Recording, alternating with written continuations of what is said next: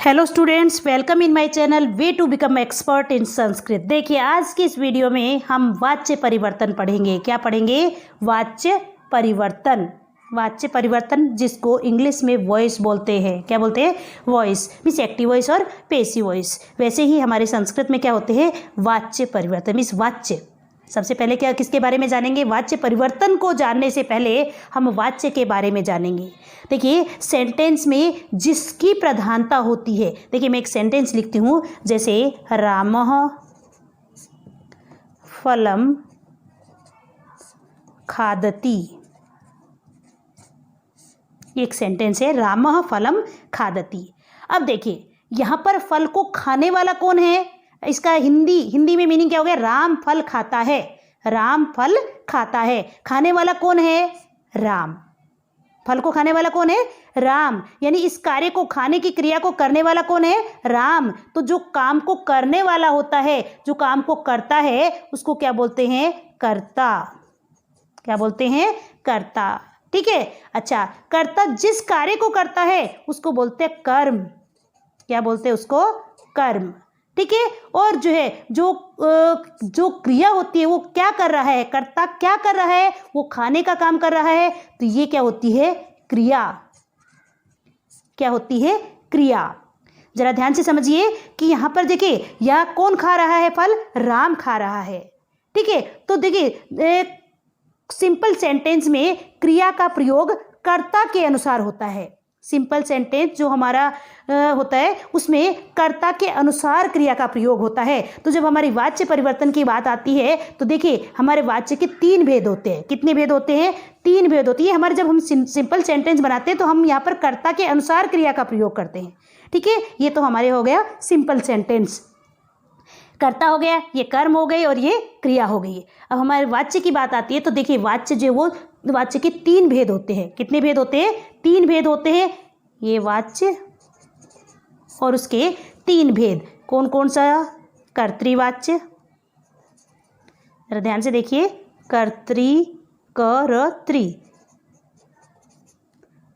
कर्तृवाच्य, कर्मवाच्य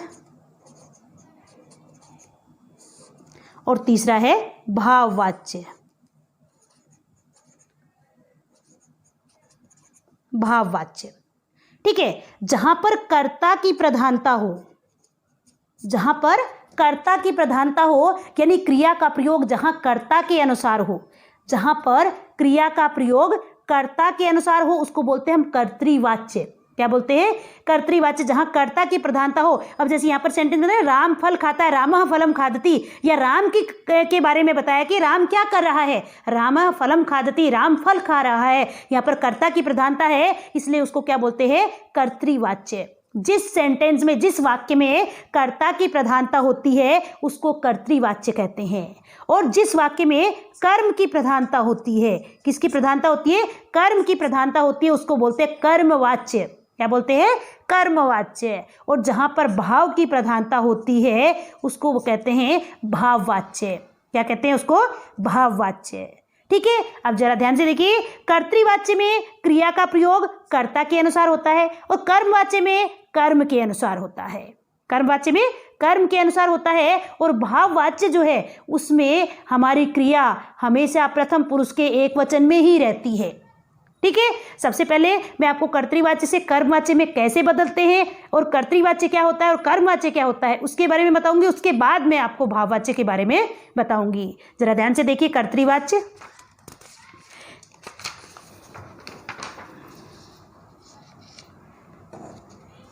देखिए, कर्तृवाच्य यहाँ हमारे कर्ता की प्रधानता होती है। किसकी प्रधानता होती है? कर्ता की। जैसे बालकः पुस्तकं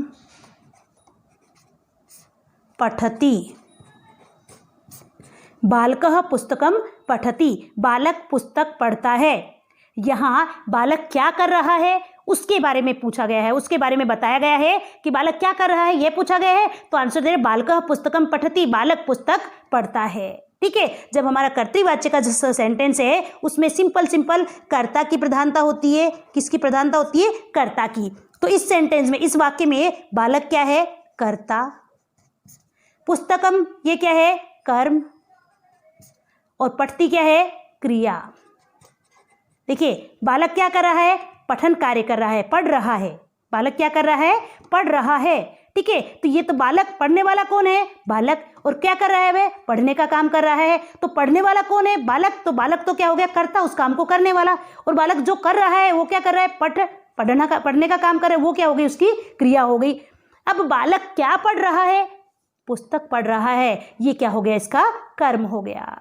ठीक है। अच्छा, जब कर्तृवाच्य में हमारा सिंपल सेंटेंस बनता है तब देखिए कारक पढ़ने के बाद हमको विभक्तियों के बारे में नॉलेज हो जाती है, उसके बारे में पता चल जाता है।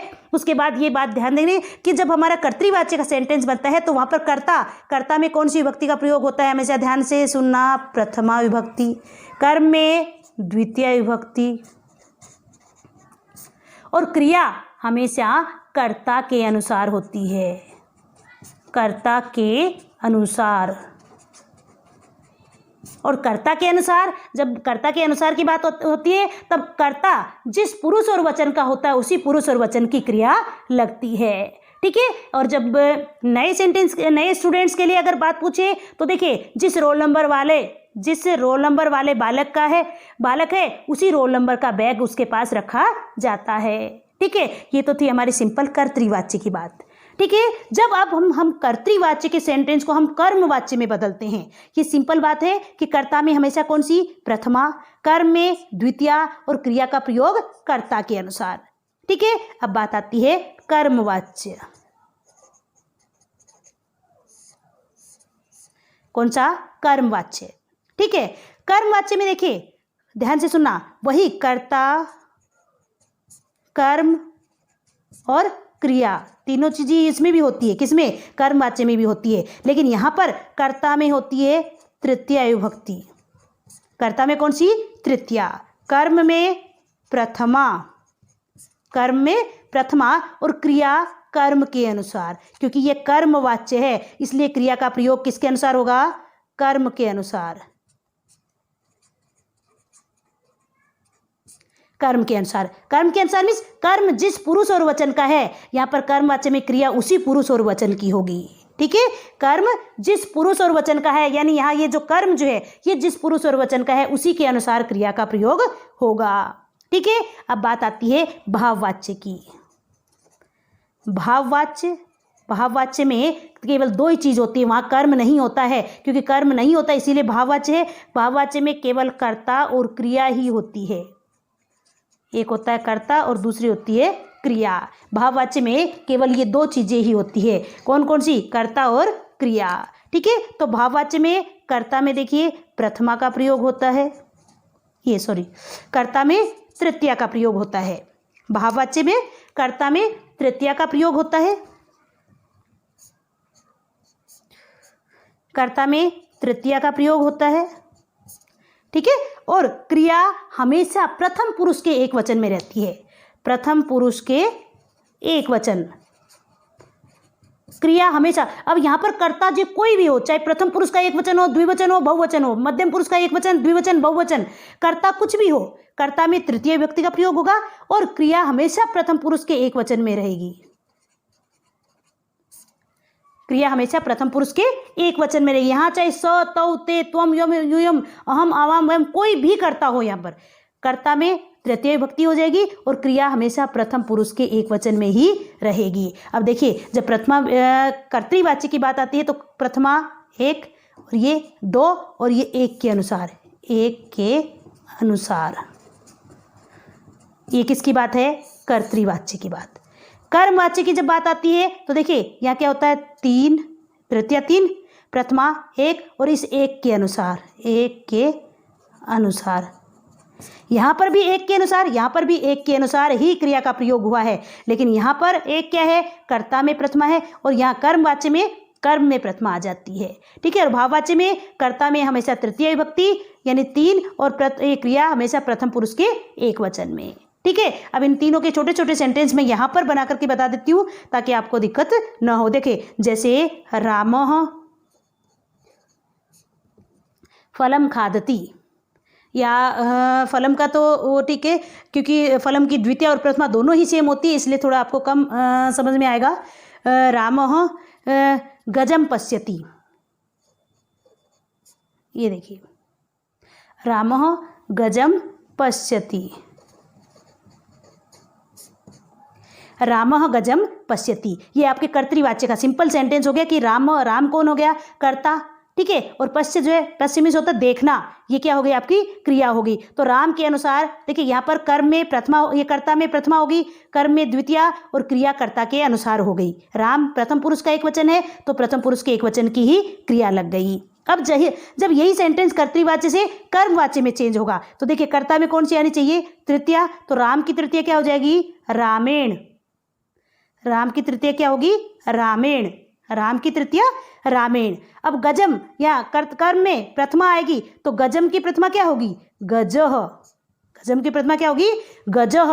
और अब जो है किसके, गज के अनुसार पश्य धातु आएगी। अब पश्य धातु यहाँ वाच्य परिवर्तन में धातु भी थोड़ी अलग रूप से चलती है, वो मैं आपको नेक्स्ट वीडियो में बताऊंगी। बस ये थोड़ा सा जो है यहाँ पर ये मैं आपको इंट्रोडक्शन दे रही हूँ। ये पश्य धातु यहाँ पर हमारी जब वाच्य परिवर्तन होता है तो उसमें दृश्य चलेगी और ये इस प्रकार से चलती है। वाच्य परिवर्तन में हमारी जो आत्मनेपदी धातु होती है उनकी तरह से ये धातु चलती है और बीच में य का प्रयोग हो जाता है। जैसे पठ धातु चलती है पठ्यते, पठ्येते, पठ्यन्ते, पठ्यसे, पठ्येथे, पठ्यद्वये, पठ्ये, पठ्यावहे, पठ्यामहे। तो जब हमारी दृश्य धातु चलेगी तो वो कैसे चलेगी, दृश्यते, दृश्येते, दृश्यन्ते, दृश्यसे, दृश्येथे, दृश्यद्वे, दृश्ये, दृश्यवहे, दृश्यामहे। तो यहाँ पर जो है गज जो है वो क्या है, प्रथम पुरुष का एक वचन ही है। भाई मैंने आपको बताया कि स तौ ते त्वम युवाम यूयम अहम आवाम वयम, इन नौ में से त्वम युवाम यूयम और अहम आवाम वयम, इन 6 को छोड़ करके, यानी जो कौन सा मध्यम पुरुष और उत्तम पुरुष, इन 6 शब्दों को छोड़ करके बाकी सब प्रथम पुरुष में आते हैं। और वो प्रथम पुरुष में आते तो एक है तो एक वचन, दो है तो द्विवचन और ज़्यादा है तो बहुवचन। अब गज जो है वो नहीं तो त्वम युवाम यूयम है और नहीं अहम आवाम वयम है, और एक ही है, गज एक वचन ही है तो प्रथम पुरुष के एक वचन में ही हो जाएगी। तो क्या लग जाएगा यहाँ पर, दृश्यते, क्या हो जाएगा, दृश्यते। अब इसको और अधिक जो है किस प्रकार से लगाया, कैसे लगाया, वो मैं आपको आगे बताऊंगी। तब तक जरा ध्यान से देखिए। और भाववाच्य में केवल कर्ता में तृतीया, तो देखिए यहाँ पर ये राम पश्यति उसको कर सकते हैं, देखिए या रामेण और दृश्यते। अब इनका मीनिंग देखिए, रामः गजम पश्यति, राम हाथी को देखता है। कर्मवाच्य में रामेण गजः दृश्यते, राम के द्वारा हाथी देखा जाता है, राम के द्वारा हाथी देखा जाता है। अब यहाँ पर जो है हाथी देखने की बात बताइए, ये किसके द्वारा देखा जा रहा है, राम के द्वारा। तो यहाँ पर कर्म जो है वो विशेष है, इस कर्म के अनुसार क्रिया का प्रयोग हुआ है।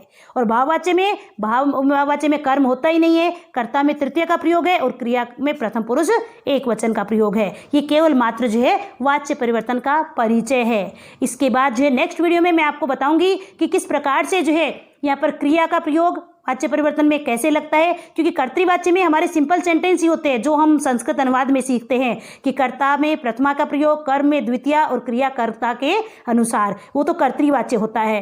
अब इस कर्तृवाच्य को कर्मवाच्य में कैसे चेंज करें, ठीक है, और कर्मवाच्य को कर्तृवाच्य में कैसे चेंज करें, ये मैं आपको नेक्स्ट वीडियो में बताऊंगी। तब तक के लिए बाय बाय।